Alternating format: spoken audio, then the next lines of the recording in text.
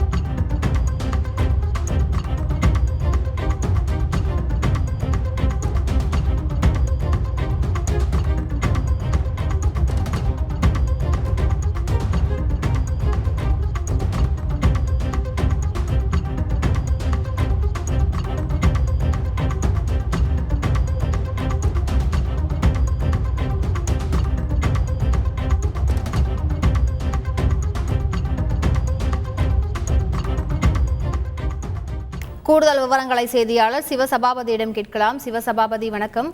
இந்த பேருந்தில் எத்தனை பேர் பயணம் செய்தார்கள்? தற்பொழுது அவர்கள் எப்படி இருக்கிறார்கள்? அனைவரும் மீட்கப்பட்டு வருகிறார்களா? நிலவரம் என்ன?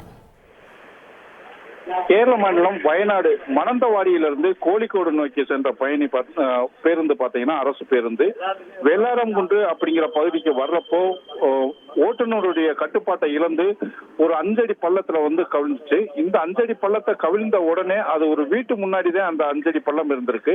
அந்த கவிழ்ந்த உடனே அந்த வீட்டு முன்னாடி இருந்த சிசிடிவி நம்மளுக்கு தற்பொழுது கிடைச்சிருக்கு. இந்த பேருந்துல கிட்டத்தட்ட ஒரு 25 பேருக்கு மேல பயணம் செஞ்சிருக்காங்க. பயணம் செஞ்சவர்கள 2 பேருக்கு படுகாயம் அடைந்து அவங்க மருத்துவமனையில அனுமதிக்கப்பட்டிருக்காங்க. மேலும் பல பயணிகள் அந்த இடிபாடு, அதாவது பஸ்ஸுக்கு இடையில இருக்கிற சிறிய இடைவெளியில வெளியில வந்த காட்சிகளையும் நம்ம பார்த்திருக்கலாம். தொடர்ந்து பாத்தீங்கன்னா அங்க பல்வேறு ஆட்களும் பயணம் செஞ்சவங்களுக்கும் காயம் ஏற்பட்டதுனால அரசு மருத்துவமனை மற்றும் தனியார் மருத்துவமனையில அவங்களை அனுமதிச்சிருக்காங்க. மேலும் இது மட்டும் இல்லாம இந்த பஸ் கவிழ்ந்தது குறித்து போலீசார் வழக்கு பதிவு செஞ்சு விசாரணை பண்ணிட்டு இருக்காங்க.